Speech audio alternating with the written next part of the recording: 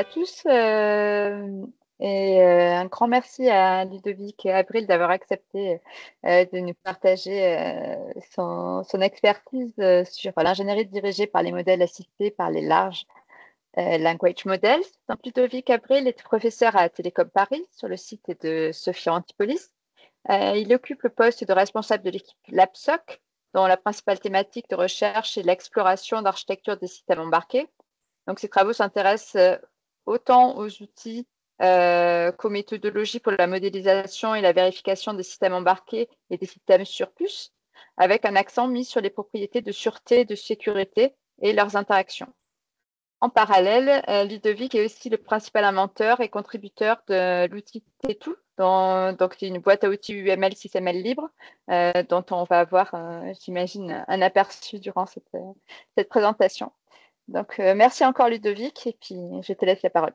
Eh ben, merci pour ton invitation, ça me fait très plaisir d'être là aujourd'hui. Bonjour à toutes et à tous. Je vais effectivement vous parler d'ingénierie système en lien avec l'intelligence artificielle.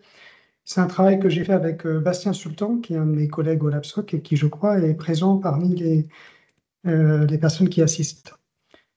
N'hésitez pas si vous avez des questions en cours de présentation, ça ne me pose aucun problème, donc n'hésitez pas à m'interrompre. Je vais commencer par une introduction. Alors, pourquoi lier ingénierie système et ces moteurs d'intelligence artificielle qu'on appelle aussi LLM, qui sont faits pour générer du texte? D'où vient notre idée finalement? On sait que l'intelligence artificielle maintenant est utilisée pour de nombreuses applications. Bien entendu, on pense avant tout à la classification d'images, mais on a tous plus ou moins déjà manipulé ChatGPT ou des assistants équivalents. Alors pourquoi l'utiliser? Pourquoi ça pourrait être intéressant pour l'utiliser pour l'ingénierie système et pour les architectes système qui conçoivent des systèmes en partant en général depuis une spécification et en allant parfois jusqu'au code. Alors si on pense à ces modèles, ils sont faits pour prendre un texte en entrée et générer un texte en sortie. Et finalement, c'est ce que fait un architecte système. Il génère depuis un texte qu'on lui fournit en entrée, donc cette spécification dont j'ai parlé avant, il génère des diagrammes qui ont souvent une représentation textuelle, qui reste une représentation d'idées, certes sous forme de boîte, mais encore une fois, en général, il y a un équivalent textuel. On peut le représenter de façon textuelle, on pense au format XML par exemple, ou JSON ou XML ou autre. Et ce n'est qu'une transformation, on s'abstrait d'un certain nombre de choses pour les représenter avec ces boîtes. Alors, je vais d'abord, dans ma présentation, je vais montrer que c'est efficace jusqu'à un certain point. Et je vais d'abord vous montrer un petit peu comment ça marche, ces moteurs d'intelligence artificielle, comment on peut un petit peu en tirer parti. Et ensuite, je vais montrer comment on peut l'appliquer à l'ingénierie système. Et je vous ferai une démo si j'ai assez de temps. Et on aura une conclusion ensemble. Et bien entendu, on pourra discuter de tout ça. Dans le contexte, je commence par ChatGPT. ChatGPT, on est souvent habitué à utiliser, j'espère que vous voyez mon pointeur souris, la partie qui est à droite, avec, on envoie une requête à partir d'un texte qui s'appelle un prompt. Un utilisateur rentre un texte, ce texte est coupé en petits morceaux, ça s'appelle des tokens. Ces tokens ne sont pas formellement définis, donc je ne peux pas vous en donner une signification précise. Il y a des exemples qui sont donnés par OpenAI qui réalise ChatGPT. Mais ça reste à du découpage de mots qui ne sont pas complètement décilables et qui permettent, une fois que ces tokens sont injectés dans le modèle d'intelligence artificielle, de générer un texte au regard des tokens d'entrée. Alors, comment est-ce qu'on construit ce modèle qui va permettre de générer des tokens de sortie à partir de tokens d'entrée? On a une phase d'entraînement qui est à gauche sur ce transparent, qui s'appelle Training, dans lequel on prend une base de données très importante de textes et d'images qui sont mises ensemble, plus de la connaissance qui s'appelle des embeddings. Et on concatène tout ça pour en faire un premier modèle qui sert à faire un apprentissage et à générer le premier modèle d'intelligence artificielle sur lequel on fait de l'apprentissage par renforcement. Ça veut dire qu'on a un utilisateur qui va noter les réponses et au bout d'un moment, on estime que le modèle est suffisamment bien et on le met donc en production. J'ai mis un lien en bas de ce transparent. Je vous conseille vraiment, si vous voulez savoir un peu mieux comment marchent ces générateurs de texte, de lire ce qui est écrit. C'est un petit peu long, mais c'est vraiment passionnant et on comprend un petit peu mieux la mécanique interne, qui est résumée bien entendu ici. Alors, si j'en reviens à ce chat GPT, ou plus généralement ces moteurs qui permettent de générer du texte, c'est quoi l'intelligence, c'est quoi, pardon, l'ingénierie système?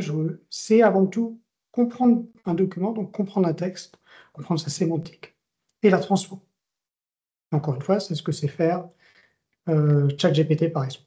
Et un ingénieur système, il le transforme en vue, en diagramme, en code. Il ne le transforme pas en texte complètement. Enfin, c'est pas un texte littéraire, hein. Donc, on ne va pas pouvoir dire à ChatGPT, voilà ma spec système, fournis-moi une spécification en 6ML V2 de ça avec les diagrammes de ton choix. On n'aurait que des mauvaises réponses. Donc, tout le travail qu'on a fait, c'est justement arriver à tirer parti de ces moteurs d'intelligence artificielle pour arriver à avoir réellement un assistant pour ces ingénieurs système. Alors, comment l'améliorer? Il faut l'améliorer à la fois sur les entrées et sur les sorties. Les entrées, on veut qu'ils comprennent nos entrées. Nos entrées, c'est quoi typiquement dans l'ingénierie système? C'est des spécifications système.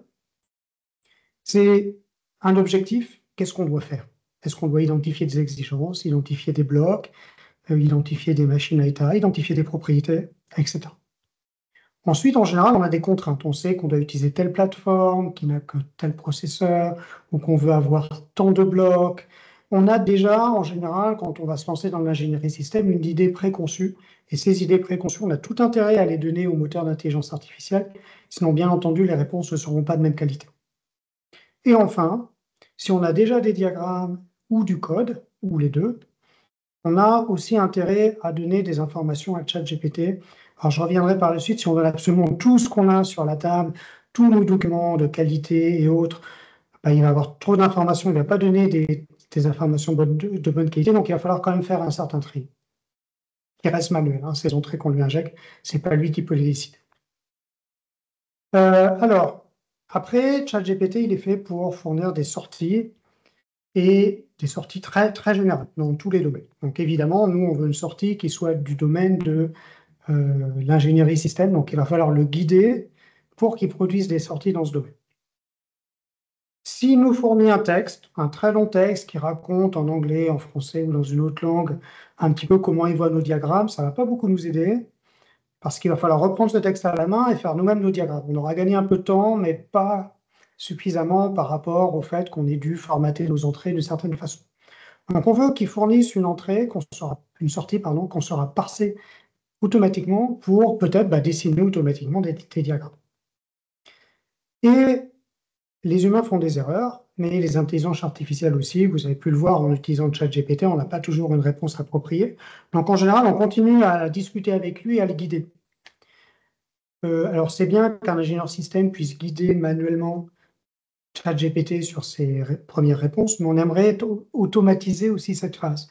Et notamment, on va vouloir analyser automatiquement si les sorties semblent invalides ou pas, si elles semblent incorrectes par rapport à notre besoin, et on va le forcer à reproduire une nouvelle réponse jusqu'à ce qu'on soit satisfait, jusqu'à ce que l'algorithme qu'on utilise pour progressivement poursuivre ces sorties soit satisfait, et jusqu'à ce que l'utilisateur aussi soit satisfait.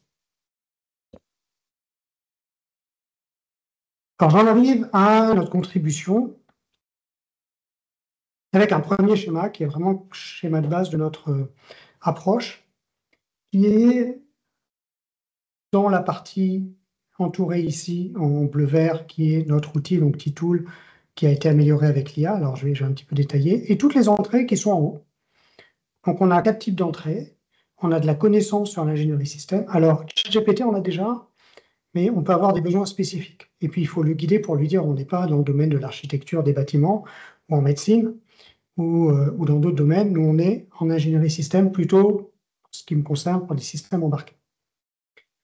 Et après, on va lui injecter d'autres informations pour le guider, pour produire un résultat qui soit en accord avec notre besoin. Ça peut être une spécification système qui peut être rédigée, ça peut être un document PDF, ça peut être des images, ça peut être du texte pur. je dirais qu'un document classique de spécification va convenir. Idéalement, il ne faut pas qu'il soit trop long, je vais revenir là-dessus, mais il peut contenir plusieurs dizaines de kilooctets d'informations.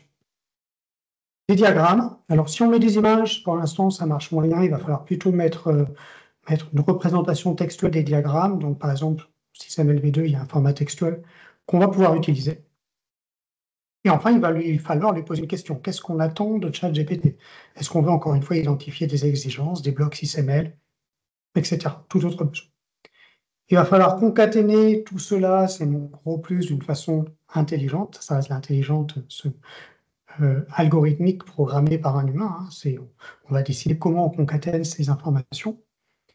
Il va falloir savoir poser une question et automatiser le fait de faire une requête à ce moteur d'intelligence artificielle, d'obtenir une réponse, d'analyser cette réponse automatiquement dans un premier temps et de réinjecter les erreurs éventuelles au sein des différents éléments qu'on a déjà mis en entrée pour obtenir une meilleure réponse jusqu'à ce qu'on soit d'accord, ou à un moment donné, on va arrêter cette boucle, on va mettre un nombre de boucles maximum et on va passer à la validation par l'utilisateur. L'utilisateur a deux choix.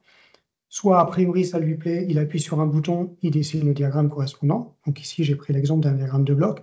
Notez qu'ici, j'avais pris un diagramme de bloc dans lequel il n'y avait pas la partie droite. C'est quelque chose qu'on peut faire. Ça veut dire, c'est aussi ne pas forcément partir du début, hein, mais améliorer une conception déjà existante.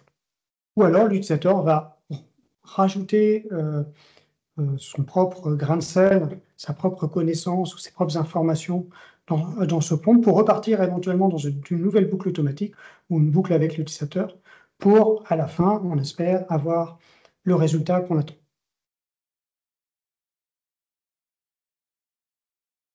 Alors cet outil T-Tool, c'est un outil qu'on a commencé à Télécom Paris depuis un moment, depuis une vingtaine d'années. L'idée à la base, c'était de rassembler tout ce qui était méthode formelle et techniques de modélisation plus informelles comme UML et avoir un lien et offrir une approche de type presse-bouton pour faire de la vérification directement depuis des modems. C'est un peu plus courant maintenant. Il y a 20 ans, c'était un petit peu moins courant. Alors, T-Tool, c'est toujours un outil pour faire de la modélisation, plutôt maintenant orienté SysML, qui supporte pas mal de vues et de diagrammes associés, comme le diagramme d'exigence, le diagramme de cas d'utilisation, le diagramme de bloc, de machine à état. Et T-Tool permet de couvrir tout le cycle depuis des spécifications, donc commençant en général par les exigences jusqu'au code. Au début, les méthodes formelles auxquelles T-Tool était associé étaient principalement faites pour faire de la preuve de sûreté de fonctionnement. Maintenant, on a rajouté progressivement la performance et la cybersécurité. Donc, depuis les mêmes modèles, on peut faire 3 types de preuves, ce qui est très pratique. Et encore une fois que nos preuves sont satisfaites, on peut aller générer du code. T-Tool sert à la fois actuellement en enseignement, comme support à notre recherche, et comme support dans notre recherche, après dans des projets collaboratifs, par exemple. Et on a à la fois du code maintenant qui est fourni par des industriels et par des académiques. N'hésitez pas à le télécharger, à l'essayer, en particulier les aspects intelligence artificielle. Alors voilà, dans T-Tool, c'est typiquement ça, la fenêtre que je montrerai tout à l'heure si j'ai le temps de faire une démo. Ici, on a un diagramme de blocs SysML avec plusieurs blocs pour une machine à café. Et tout à l'heure, je ferai réaliser par l'IA une machine à café. Alors, reste que je n'ai pas bien détaillé. Maintenant, j'ai donné une vue générale de cette approche. Je n'ai pas bien détaillé chaque partie. Donc maintenant, je vais détailler chaque partie et je vais commencer par le cœur, par comment est-ce qu'on peut utiliser ces IA directement depuis un programme. Alors en fait, par exemple, ChatGPT, mais les autres aussi, par exemple Mistral, ont une interface de type web. Ça veut dire par l'API, on va poster une requête web et on va obtenir une réponse formatée en JSON. Donc ici, on utilise l'outil en ligne de commande curl qui permet sur cette URL d'envoyer un objet qui contient plusieurs informations. D'abord, le fait qu'on lui envoie du JSON. Il faut avoir une clé, bien entendu, et cette clé, chez ChatGPT, chez OpenAI, elle n'est pas gratuite, donc il va falloir mettre sa clé ici. Et après, on va envoyer notre prompt, notre message à ChatGPT. Alors ici, j'ai mis qu'un seul message. Donc c'est l'utilisateur qui lui envoie un message, et le contenu, c'est « Bonjour, hello ». Et je demande à utiliser le modèle, le tout dernier modèle, qui s'appelle GPT-4o. Il est un peu moins complet que GPT-4, mais il est plus rapide. et on obtient une réponse qui est en JSON. On obtient cette réponse en JSON. On va retrouver la réponse, donc l'assistant, c'est lui, c'est ChatGPT, qui dit « Hello, how can I assist you today ?»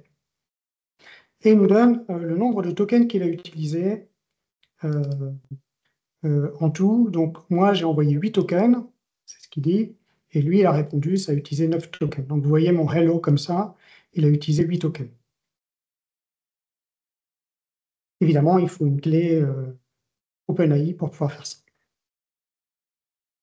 Alors, je vais un petit peu enrichir progressivement pour vous montrer ce qu'on peut faire avec.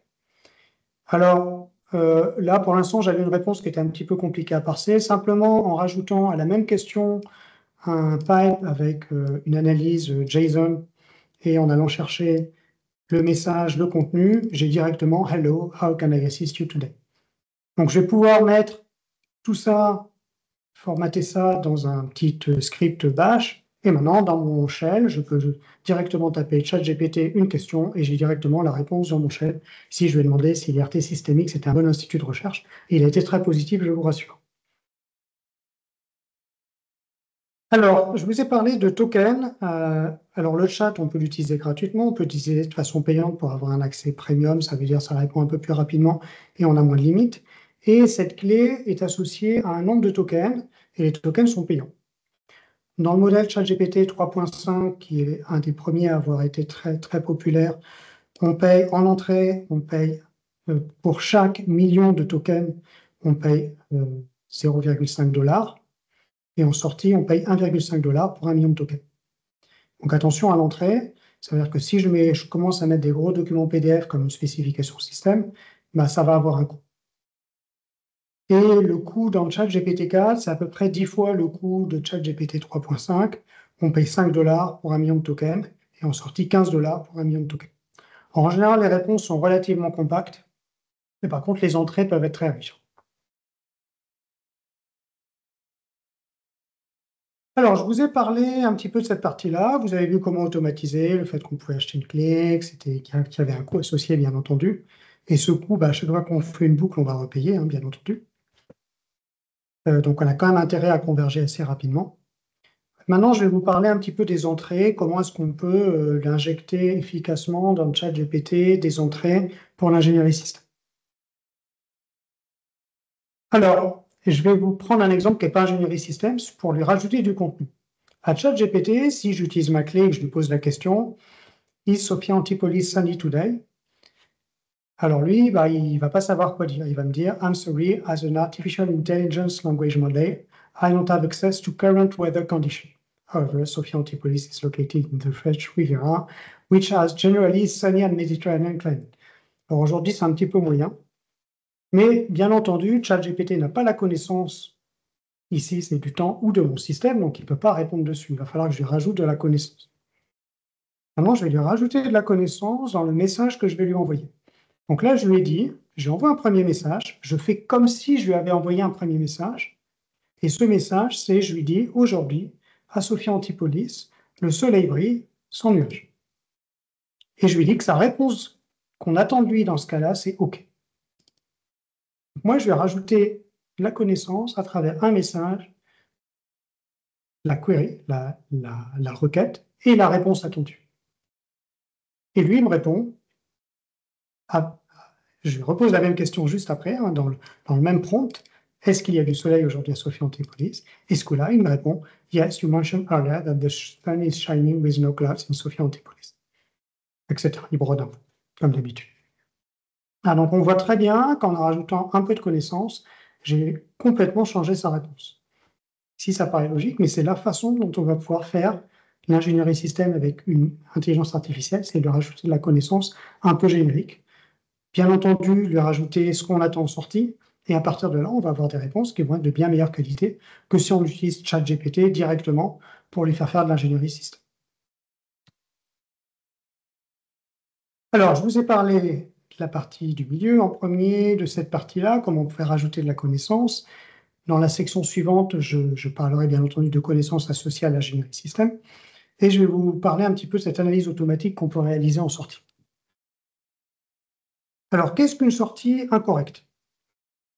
on est obligé, si on veut automatiser, de pouvoir qualifier de façon précise, formelle, la sortie attendue. Donc la sortie attendue, en général, on l'attend dans un certain format. Ça peut être du JSON, de l'XML, ou ChatGPT sait faire du 6MLv2 en format textuel. Donc on va pouvoir vérifier que ce qu'on nous retourne, c'est bien du JSON, du XML, du 6MLv2. Et après, on va pouvoir lui rajouter des contraintes qu'il va pouvoir falloir vérifier. Par exemple, si je lui dis, je veux concevoir un design, conception avec 2 blocs, bah, s'il n'y a qu'un bloc, ça va pas. Ça, c'est quelque chose que je vais pouvoir vérifier automatiquement. Par contre, la qualité de la réponse, ça, c'est comme l'utilisateur avant tout qui va pouvoir l'apprécier. On va avoir une boucle qui va être assez simple, un petit algorithme qui va d'abord détecter s'il y a des erreurs dans le format ou dans les contraintes dans la première réponse ou dans la énième réponse qui a été reçue. S'il y a au moins une réponse et qu'on n'a pas atteint le nombre maximum de boucles qu'on a fixé, bah, on va reconstruire un nouveau message dans lequel on va mettre le contenu qu'on avait mis avant, la réponse que ChatGPT a donnée et toutes les erreurs qu'on a notées dans cette réponse. Et on va construire un nouveau message. Ce message, on le réinjecte dans ChatGPT, on augmente le nombre de boucles et on retourne on réanalyse la réponse, etc. C'est très important cette boucle de rétroaction. Si vous essayez d'avoir une bonne réponse du premier coup, vous serez très très très déçu. C'est pas possible actuellement avec les intelligences artificielles. La première réponse, en général, est d'assez mauvaise qualité. Fréquemment, elle ne respecte pas le JSON. Fréquemment, elle ne respecte pas les contrats. Mais en quelques boucles, 3, 4, 5 boucles, on va converger assez rapidement et on va avoir une réponse de qualité tout à fait honorable. Je vais revenir sur les résultats un peu plus tard. Alors, je vais donner un exemple. Par exemple, d'une boucle de rétroaction. Hein. Par exemple, je lui dis, dans le premier message, je lui dis You are a helpful assistant for System Engine. Je lui dis dès le début, maintenant, tu es un assistant méthodologique pour l'ingénierie système. C'est hors de question d'avoir une réponse qui concerne la géographie, la philosophie ou la médecine. J'ai cadré le type de domaine. Maintenant, je vais lui donner une spécification système. Donc, je lui demande de me donner un exemple d'un bloc 6ML en JSON qui contient des attributs. Et je lui précise qu'il ne doit pas y avoir des attributs de type string, ça c'est assez facile à vérifier, que le bloc doit avoir un attribut de plus que les ports, qu'on doit avoir un port de moins que les opérations ou les méthodes, et que le nombre de ports doit être égal à 1. Alors nous, déjà, ça nous demande une petite gymnastique intellectuelle pour savoir combien on doit mettre d'attributs, combien on va mettre de ports, ça c'est assez facile, et combien on va mettre de méthodes. Typiquement, sur ce genre de spécification, ChatGPT va s'embrouiller. Et ceci dit, nous aussi. Bon, la première réponse que j'ai obtenue, c'est celle-là. En JSON, il m'a donné un bloc qui s'appelle bloc 1 avec une liste d'attributs. Il a mis 4 attributs. Il n'y a pas d'attribut de type string. J'ai un entier, un booléen, un flottant et un double. J'ai un port, ça il a bien respecté. Et j'ai 2 opérations, 2 méthodes. Alors, par contre, il a mal respecté ce que je lui avais demandé, qui était, je voulais avoir un attribut de plus que les ports, donc ça fait 2 attributs, et une opération et un port de moins que les opérations, donc 2 opérations. Alors je vais lui dire, je vais concaténer, je reprends le début du message, tu es un assistant méthodologique pour l'ingénierie système, donne-moi un exemple, blablabla, et là je vais lui mettre « Your answer does not respect the following constraint » et je vais lui lister toutes les erreurs que j'ai pu noter, et là notamment je lui mets « Le bloc doit avoir un attribut de plus que les ports ». Et je lui demande à la fin « Mets à jour ta réponse ». Et il a déjà sa réponse précédente, donc il va retravailler sa réponse. Et là, la réponse suivante a été correcte. J'ai bien 2 attributs, un port et 2 opérations. Donc en n'ayant pas cette boucle de rétroaction, j'aurais été très déçu. J'aurais dit, non, ChatGPT, ça ne va pas marcher, parce que sur un petit modèle, déjà, ça ne marche pas. Sur un plus gros, ça ne va jamais marcher. Et c'est vraiment grâce à cette boucle de rétroaction qu'on arrive à avoir une qualité qui va faire qu'on va pouvoir utiliser ces générateurs de texte pour l'ingénierie système. Voilà, donc la dernière étape, bah, c'est l'utilisateur. Donc là, je dirais que ça va être manuel. On va peut-être le voir tout à l'heure dans ma démo. Hein. En général, sur les petits systèmes sur lesquels je vais faire des démonstrations, il n'y aura pas grand-chose à redemander à ChatGPT. Ça sera à peu près correct du premier coup. Et bien entendu, quand on va vouloir peut-être travailler sur des choses un petit peu plus risées, il va falloir quand même relire et retravailler, hein. Ça va rester un assistant, c'est pas forcément un environnement sur lequel on va pouvoir lui confier l'ingénierie système de A à Z, hein. C'était pas notre objectif d'ailleurs. Alors, comment cette méthode, on va pouvoir l'appliquer à l'ingénierie système, puisque maintenant j'ai parlé un peu de météo, à la fin j'ai parlé un petit peu plus de blocs. Comment on va pouvoir le faire? Alors, il va falloir lui donner un contexte et lui donner de la connaissance sur l'ingénierie système qu'il pourrait ne pas avoir et qui peut être spécifique à, par exemple, une entreprise ou un labo de recherche dans lequel on travaille. Le format de sortie attendu, sinon il va vous donner du texte, ça ne va pas être simple. Et ce que vous attendez. Est-ce que vous attendez un diagramme, une liste d'éléments, des propriétés, des exigences, etc. Ensuite, il va falloir définir une liste de questions. Alors pourquoi je dis une liste de questions? Si on lui pose qu'une seule question, par exemple, si je lui dis produis-moi des blocs XML et connecte-les, il va avoir du mal à faire les deux à la fois. Il va falloir que je lui dise d'abord donne-moi une liste de blocs, après connecte ces blocs. Ensuite, je vais lui donner peut-être moi des entrées dans différents formats, du texte, du système LV2 encore, que sais-je. Et après, je vais devoir mettre en place une analyse automatique liée à l'ingénierie système. Et après, je vais devoir être capable dans mon outil T2, mais ça pourrait être dans un autre outil, de dessiner ce qu'il a produit, puisque le but dans notre cas, c'est d'obtenir des diagrammes. Alors, donc, une fois qu'on a mis tout ça en place, on est bon, on peut faire de l'ingénierie système avec l'intelligence artificielle. Alors, je vais me focaliser sur une conception SysML, ce que nous, on appelle une conception SysML dans notre outil. Ce n'est pas un terme consacré. Alors, pour nous, une conception SysML, c'est un ensemble de blocs. On voit deux blocs ici, un bloc 0, bloc 1. Et on donne un comportement pour chaque bloc. On a décidé de donner une machine à état par bloc. C'est assez classique. On a donc deux blocs qui définissent tous les deux un attribut qui s'appelle X, avec ici une valeur initiale de 5. Dans ce bloc-là, on a deux signaux de sortie définis dans une interface. Chaque signal prend en paramètre un entier. Et dans bloc 1, on a deux signaux d'entrée, SIG1, SIG2, qui sont interconnectés via ces ports ensemble. Donc SIG1 est connecté avec SIG1, SIG2 avec SIG2. Ils ont les mêmes prototypages de chaque côté, donc on a le même nombre d'arguments et de même type, donc on peut les connecter. Et pour chaque bloc, on a une machine à état. Ici, bloc 0 envoie SIG1, incrémente X, envoie SIG1, incrémente X, envoie SIG2. C'est juste un exemple. Bloc 1 reçoit SIG2, va dans l'état got2, reçoit SIG1 et va dans l'état got1. C'est juste un exemple de diagramme typique qu'on attend. Alors pour nous, par exemple, un élément important, c'est assez évident que si on interconnecte des signaux, ils doivent avoir les mêmes attributs. Pour ChatGPT, ce n'est pas du tout évident. Donc c'est typiquement une connaissance qu'on va devoir lui amener. Que deux signaux pour être connectés doivent avoir la même liste de types. Bien entendu, il faut aussi expliquer à ChatGPT qu'un signal de sortie se connecte avec un signal d'entrée. Ce n'est pas quelque chose qu'il maîtrise naturellement. Donc il y a plein de choses qui pour nous sont assez innées qu'il va falloir expliquer à ChatGPT.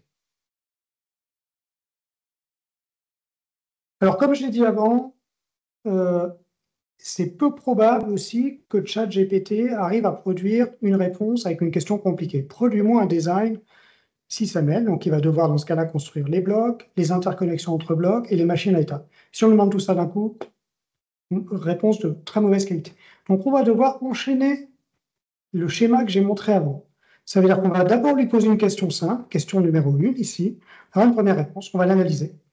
Une fois qu'elle est validée automatiquement, on va obtenir par exemple un premier bout de diagramme qu'on va réinjecter dans la connaissance et on va lui poser une deuxième question, c'est la question 2, avec tous les éléments précédents plus la réponse précédente. Il va travailler là-dessus, on va travailler de façon automatisée. Et dans la toute dernière question, c'est là où l'utilisateur va pouvoir éventuellement revenir en arrière. Mais sinon, l'ensemble du processus, avec une injection de plusieurs questions, est complètement automatisé. Chaque question, plus tout ce qu'il y a au-dessus, tout le contenu qui est au-dessus, doit tenir dans un certain nombre de tokens. Parce que même si on paye pour chaque token, OpenAI a limité le nombre de tokens qu'on pouvait utiliser en entrée. Donc ça va dépendre du modèle qu'on utilise. Mais bien entendu, ce n'est pas question de lui mettre un document de 800 pages. Sans doute, on va aller au-delà du nombre de tokens qu'il peut supporter. Donc, on va être obligé aussi de découper éventuellement notre système en sous-systèmes avant.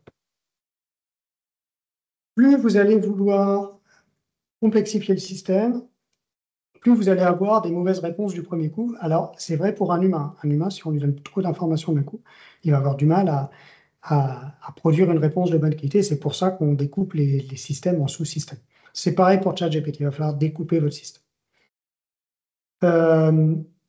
Voilà. Et aussi, il y a une question de prix. Bah, après, ça va dépendre de la contrainte budgétaire.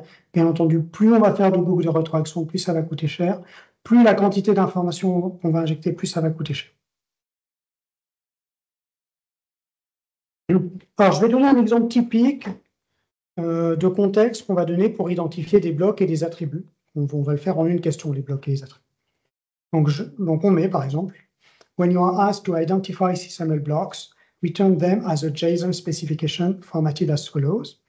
Donc on lui dit qu'il faut fournir le nom du bloc, les attributs, que les attributs c'est un tableau, que chaque élément du tableau c'est un nom et un type. On lui demande à ce que ça soit un int ou un bool, mais on pourra mettre ce qu'on veut. Donc ça, c'est le format JSON qu'on lui spécifie. Et après, on va lui donner des contraintes. On a remarqué que ça marche assez bien comme ça. Donc on va lui dire chaque attribut doit être de type int ou bool.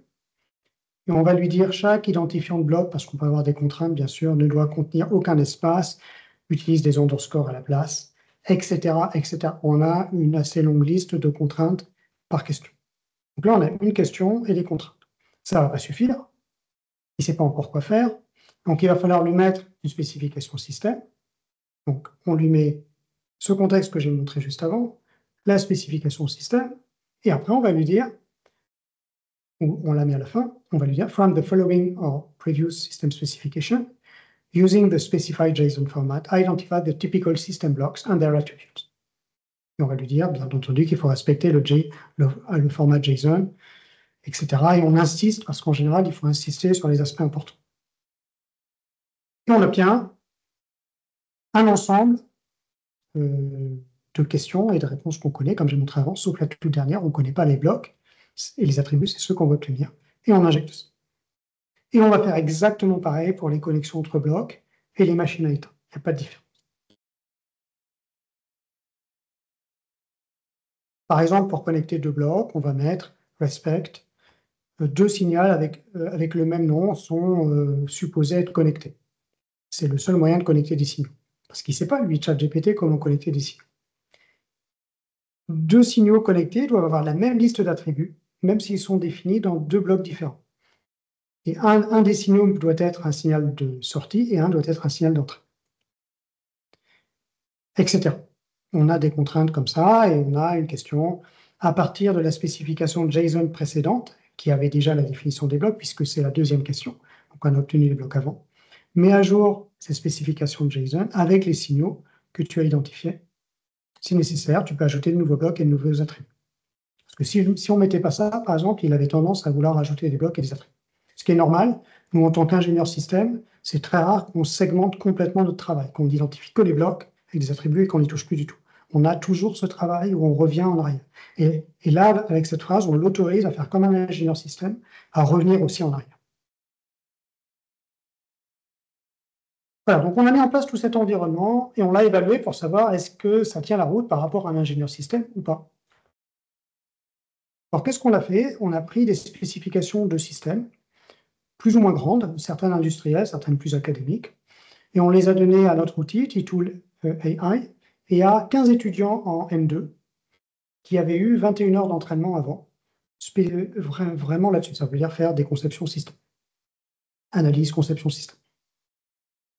Et on les a évidemment évalués avec la même politique, à la fois notre outil et les modèles des étudiants.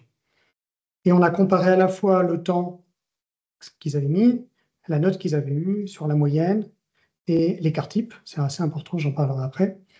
Et on a utilisé ChatGPT 3.5 Turbo, c'était moins cher. En 4, évidemment, on aurait eu de meilleurs résultats. Donc on s'est mis plutôt dans des conditions pas très favorables. Alors les résultats sont là. Ici, on a T-Tool et ici, on a les étudiants.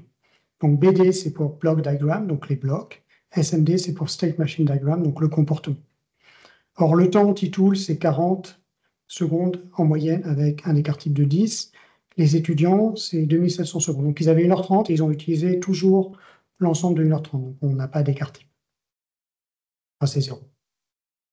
Et on a noté, donc sur 100, Titoul a eu 81, avec un écart type de 16. Les étudiants ont eu en moyenne 70, avec un écart type de 26.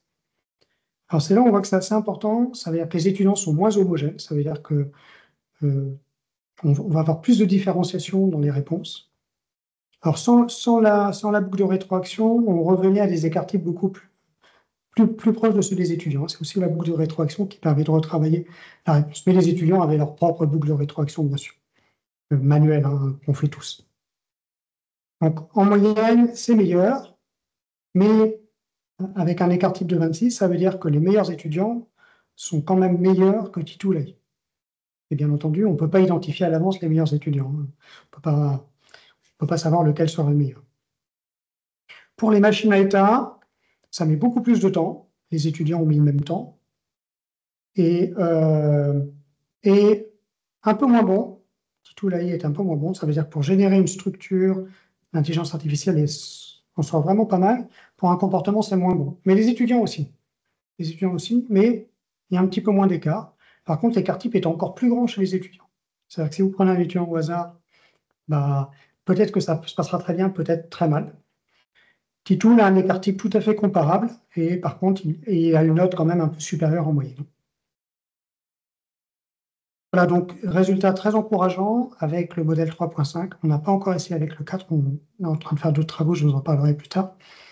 Mais ces résultats sont extrêmement encourageants. Alors, ces étudiants n'étaient pas des experts. On est en train de faire des études avec des experts sur d'autres domaines et on a bien entendu des résultats encourageants. Reste que moi, en tant qu'ingénieur système, si on me qualifie d'expert, je prends tout à fait, et j'utilise ça bien entendu parce qu'en 40 secondes, je vais avoir une première conception qui va être tout à fait utilisable, qui va être de bonne qualité et libre à moi, bien entendu, de la compléter et j'aurai gagné quand même pas mal de temps. Donc, bien entendu, comme assistant, on voit très vite que c'est tout à fait utilisable.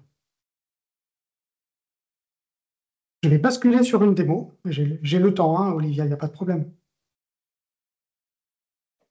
Oui, oui, il faut juste laisser un peu de temps aux questions. Oui, bon, ça va aller assez vite. Et peut-être, comme ça n'est quand même pas mal de secondes pour générer le résultat, peut-être que ce que je ferai, c'est que j'attaquerai la conclusion et éventuellement pour attaquer les questions pendant que l'intelligence artificielle travaille. Ok. Alors, un petit tout est là.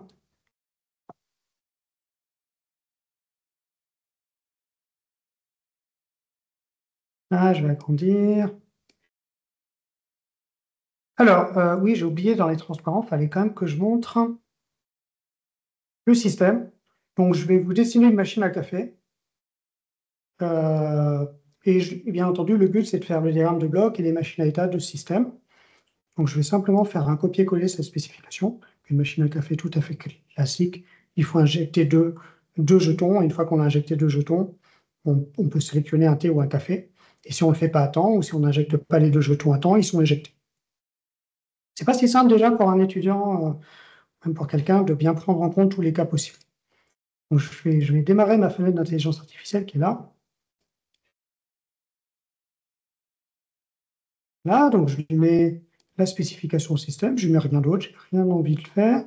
Je sélectionne l'identification des blocs système. Je prends le modèle. Allez, on va prendre le meilleur. Peut-être que le but, c'est d'aller un peu plus vite. On va prendre l'intermédiaire, hein. Donc le 4O. Et c'est parti. Là, ça devrait être quand même assez rapide. Oh, ça va peut-être pas forcément me plaire, sa réponse. Je vais passer ma fenêtre. Elle a disparu. On va recommencer. J'aime bien rajouter une contrainte quand même pour cadrer. Je vais lui dire d'utiliser use for blocks. Juste comme ça. Sinon, des fois, il en utilise 15, des fois 10, et c'est quand même moins intéressant. Et aux étudiants, bien entendu, on leur avait spécifié et expliqué qu'il fallait avoir un nombre de blocs, pas trop, mais pas trop peu non plus. Là, donc maintenant, je vais bien dire ce que je voulais. C'est parti. Là, c'est assez vite. J'ai eu 4 blocs. Un qui s'appelle Coffee Machine, Corn Selector, Beverage Selector, Beverage Dispenser. Donc, c'est pas mal. Maintenant, je lui demande les connexions. Là, il a défini des signaux avec chaque signal a le bloc origine, le bloc destination. Je suis en train de travailler dessus, parce que maintenant, je lui demande de trouver les attributs.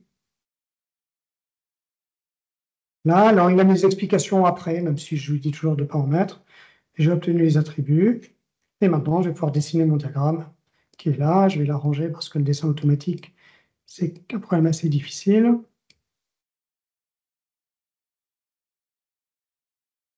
Voilà, j'ai ma machine à café est connectée.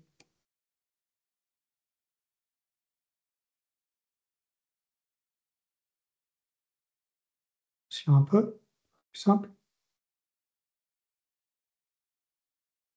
Avec un élément pour distribuer les boissons.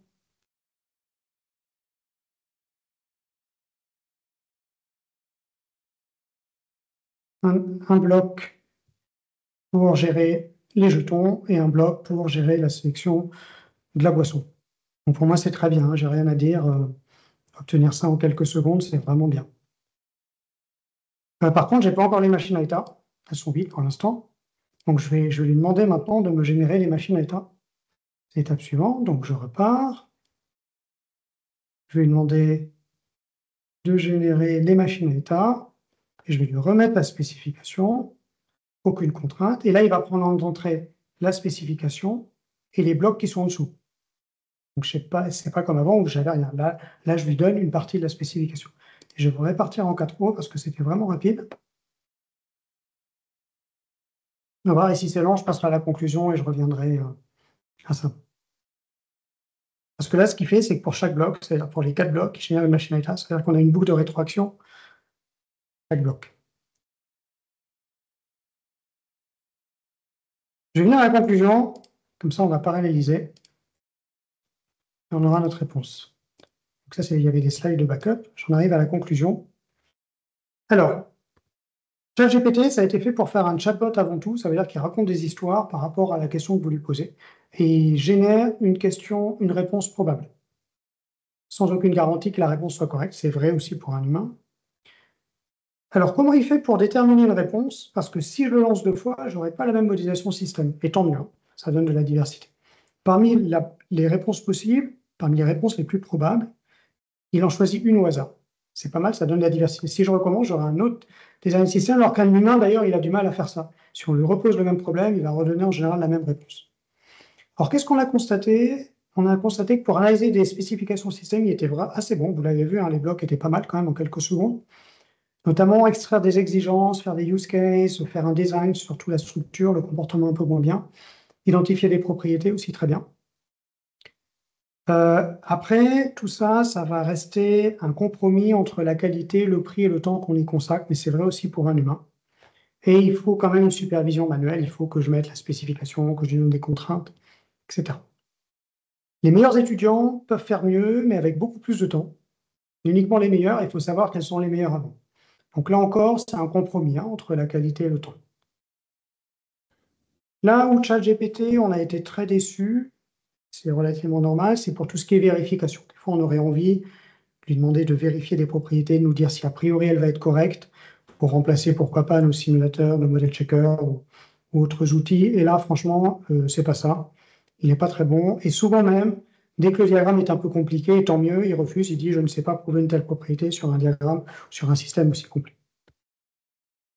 Et encore une fois, on a utilisé ChatGPT 3.5 en 4, on a de meilleurs résultats et en général en plus rapidement.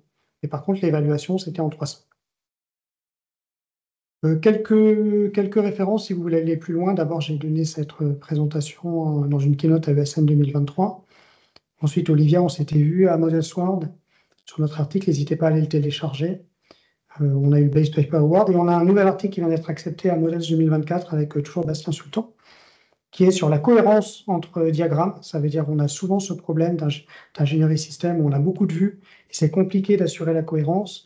Et on a mis en place un environnement basé IA, donc qui permet de nous aider dans le maintien de cette cohérence entre vues.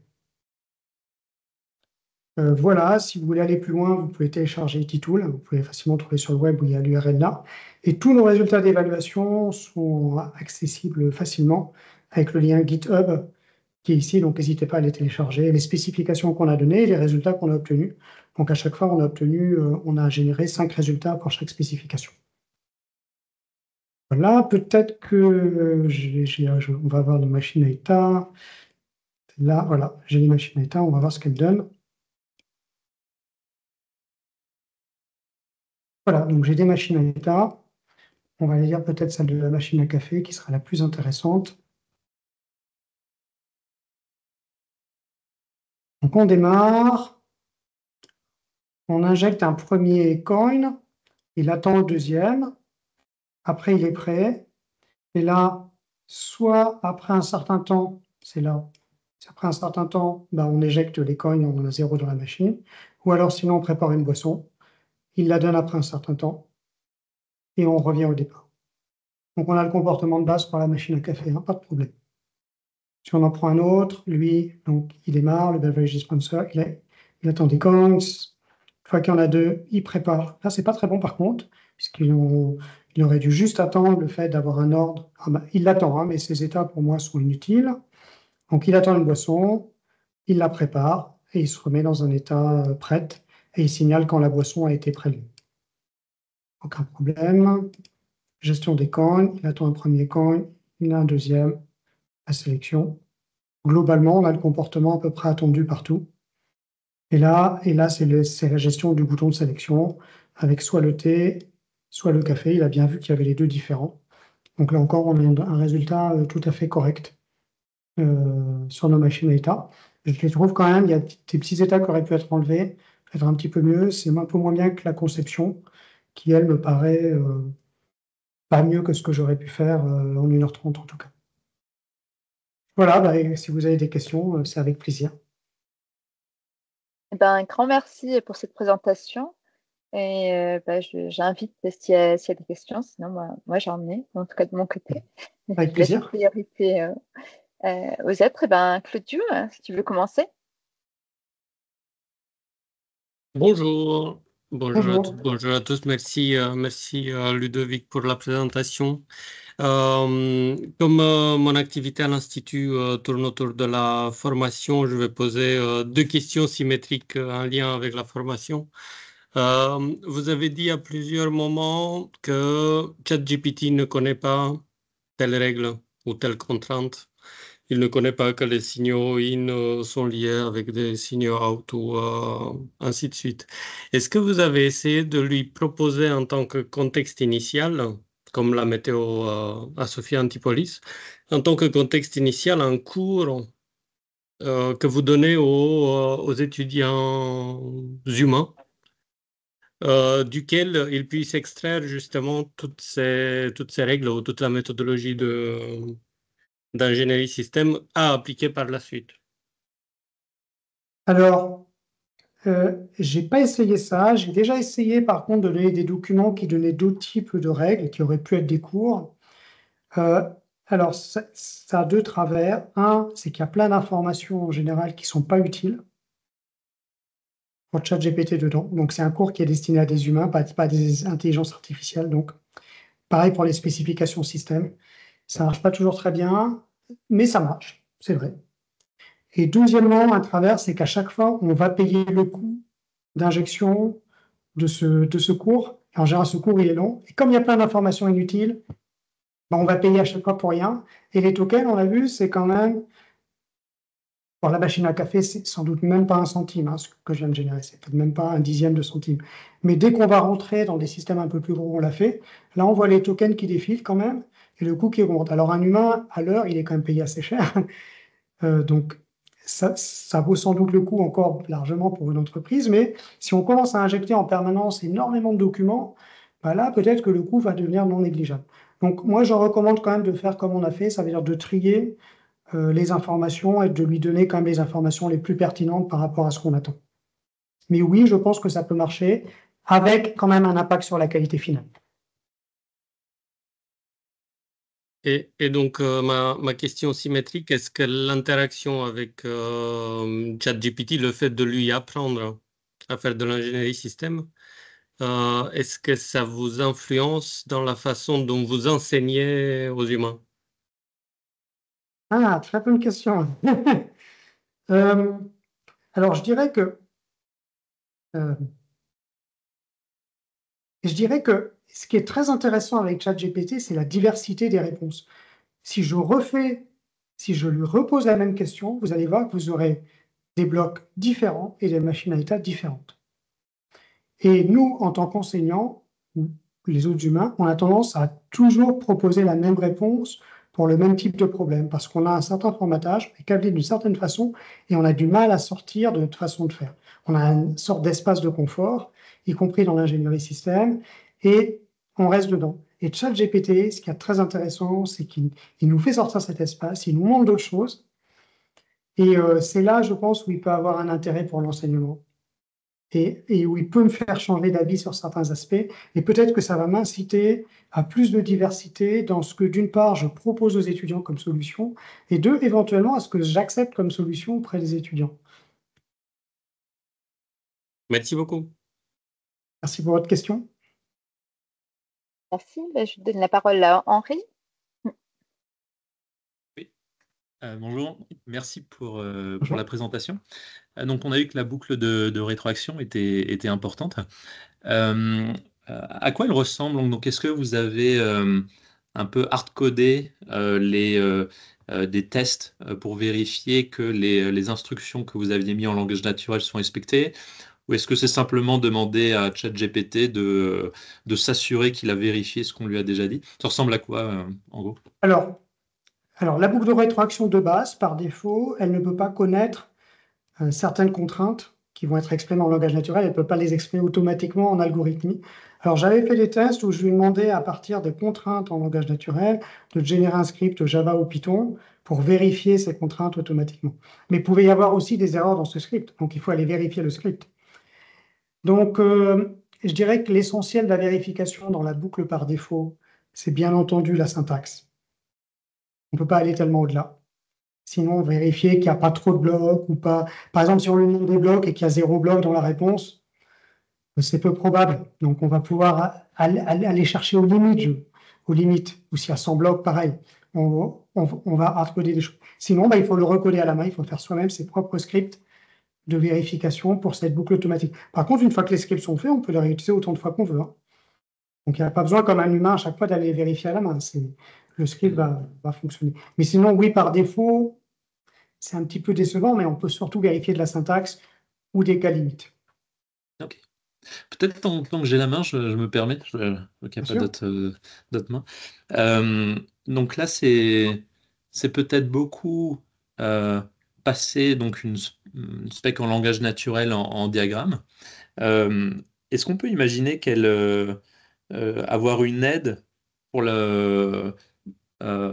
pour la première spec en langage naturel? Parce que, comme vous le disiez, c'est pas si évident d'imaginer tous les cas, le fait que les pièces doivent être rejetées si jamais trop de temps et il y a trop de temps qui se passe à tel moment, etc. Est-ce qu'on peut imaginer être assisté à ce moment-là et quelle forme ça pourrait prendre?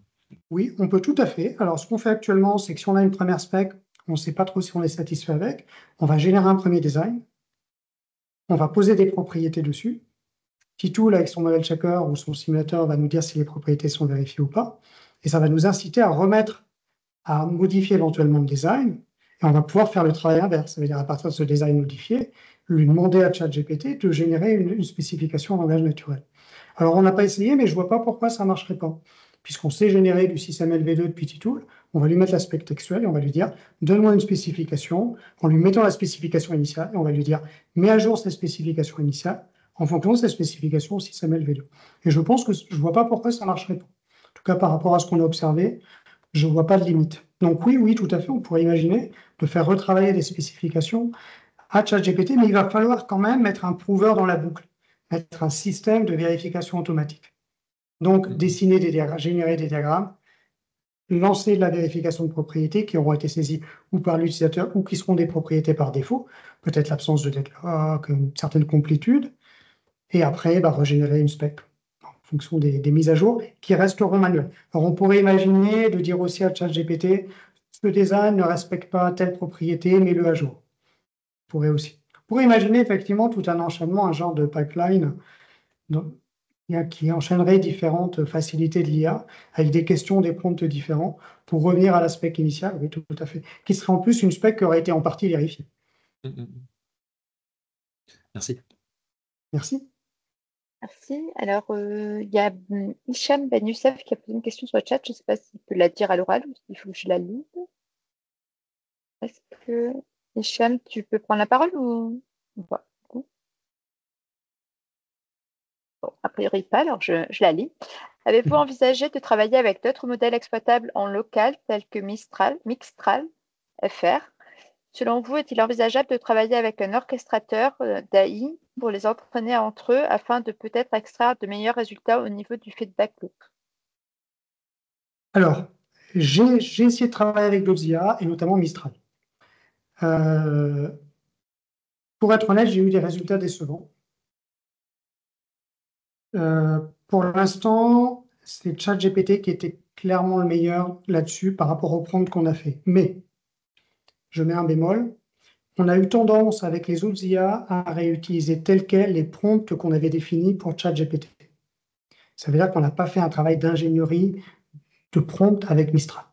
Donc en mettant le même prompt qui marche bien sous ChatGPT, sous Mistral, ça marche. Mais peut-être qu'on aurait commencé par Mistral et qu'on aurait fait un prompt très, très adapté à Mistral, peut-être qu'on aurait eu des résultats tout à fait corrects. Et c'est vrai qu'on pourrait avoir des modèles utilisés en local, bah, ça serait un atout aussi, hein. Surtout pour les modèles, pour tout ce qui est conception confidentielle, puisque là, on envoie les données, bien entendu, à OpenAI. Pour l'orchestration, j'avoue que j'y ai pas pensé. On pourrait. Ce qu'il y a, c'est que l'orchestrateur, il doit décider finalement quel est le meilleur design. Et donc, il va falloir pouvoir qualifier. Pour l'instant, on n'a pas de système de notation automatisé. On a bien entendu un barème pour être juste, pour noter l'IA et notamment dans notre évaluation les étudiants de la même façon. Mais l'orchestrateur dit qu'on s'est décidé qu'un design est mieux qu'un autre. Alors, on pourrait imaginer le coupler avec un simulateur pour étudier la performance, les propriétés en sûreté ou en sécurité. Reste qu'il y a un aspect un petit peu subjectif sur un design qui n'est pas facile à évaluer. Donc, bonne idée, mais il reste à mettre en place une évaluation.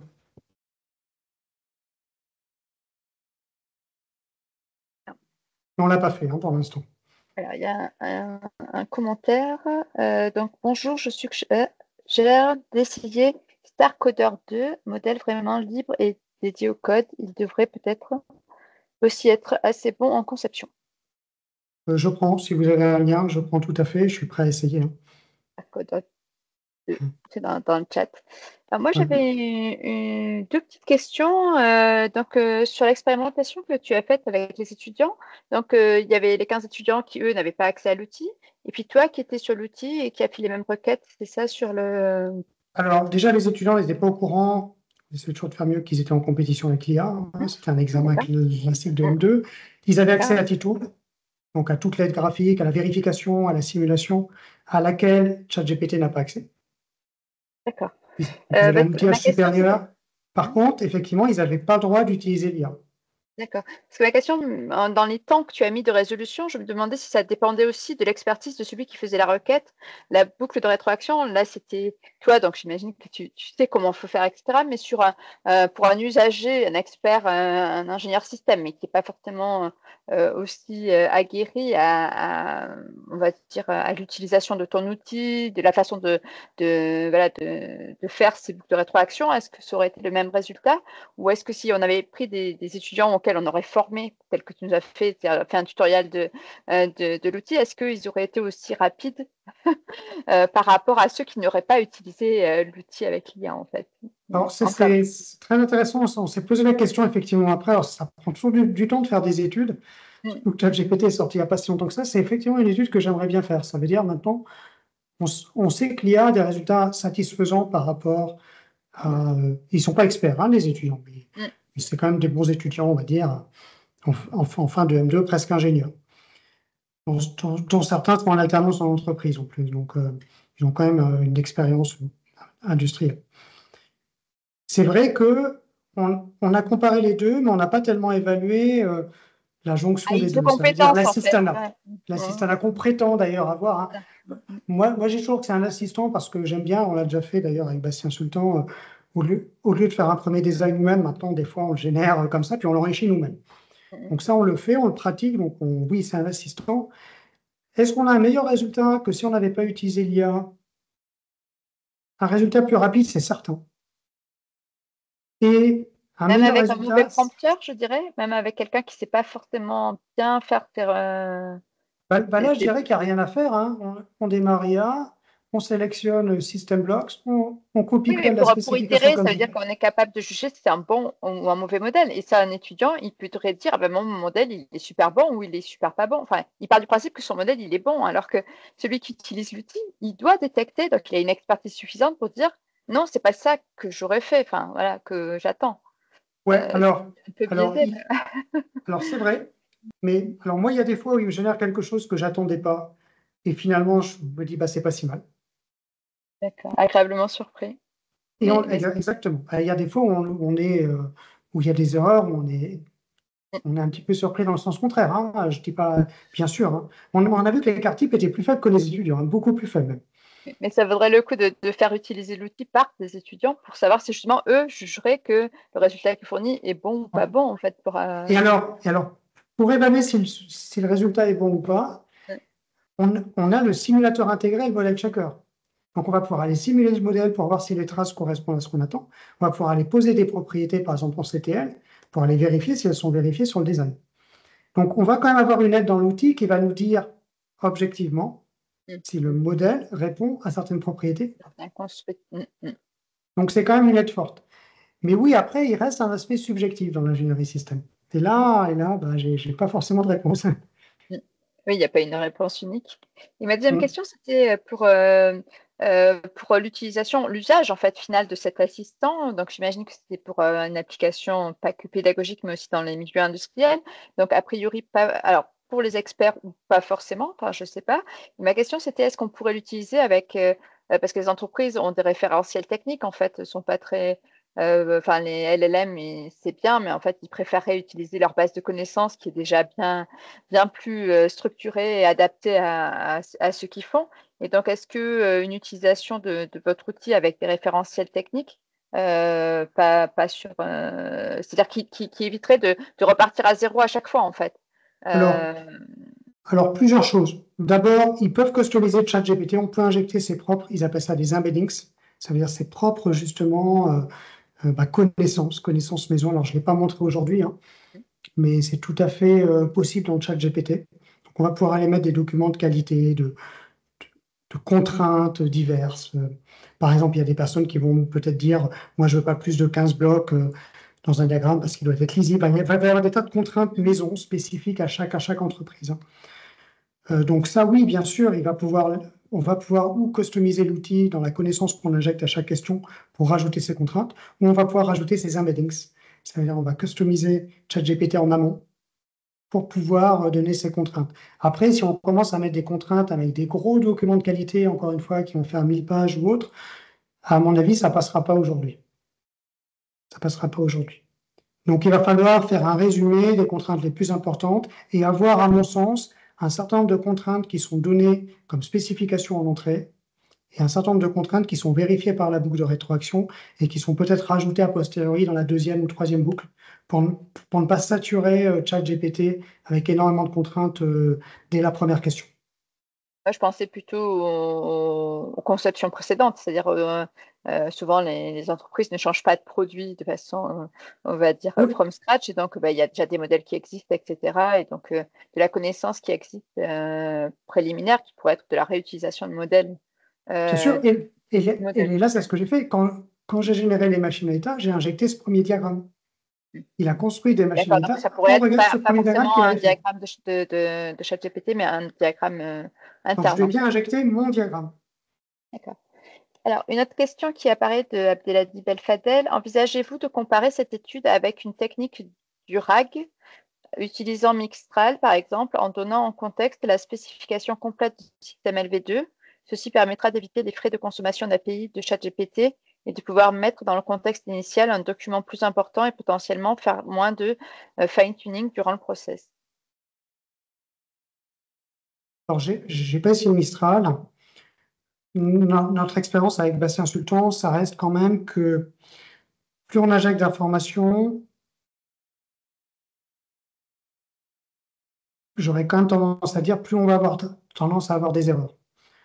Donc, j'aime pas trop injecter trop d'informations. Par exemple, ne serait-ce que ça, hein, générer blocs et interconnexion des blocs d'un coup, ça marche beaucoup moins bien parce qu'il faut donner plus de connaissances, il a à faire plus de travail que générer juste les blocs.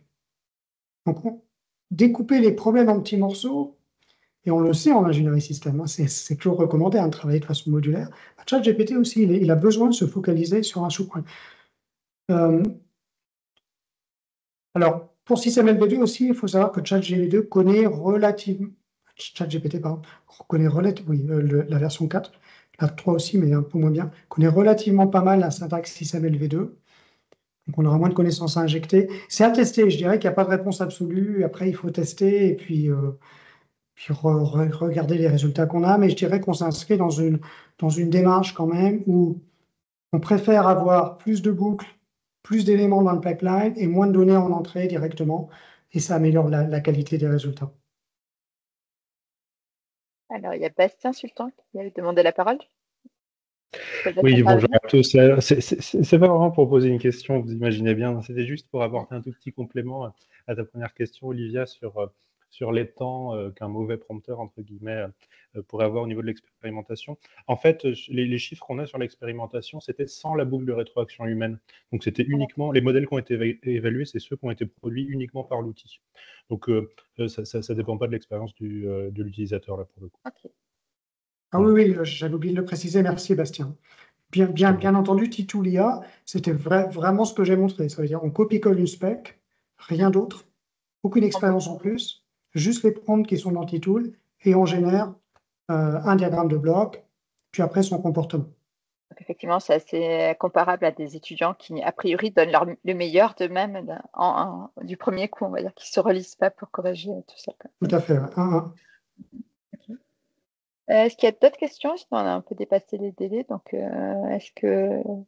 Non, a priori pas. En tout cas, je te remercie beaucoup, Ludovic et Bastien, du coup, en backup. Je vous remercie tous les deux pour cette présentation très intéressante et j'espère qu'on aura l'occasion du coup d'échanger aussi sur nos travaux, sur ces thématiques et peut-être de Ça sera toujours avec plaisir. Un grand merci pour ton invitation. Grand merci à vous. Bon après-midi.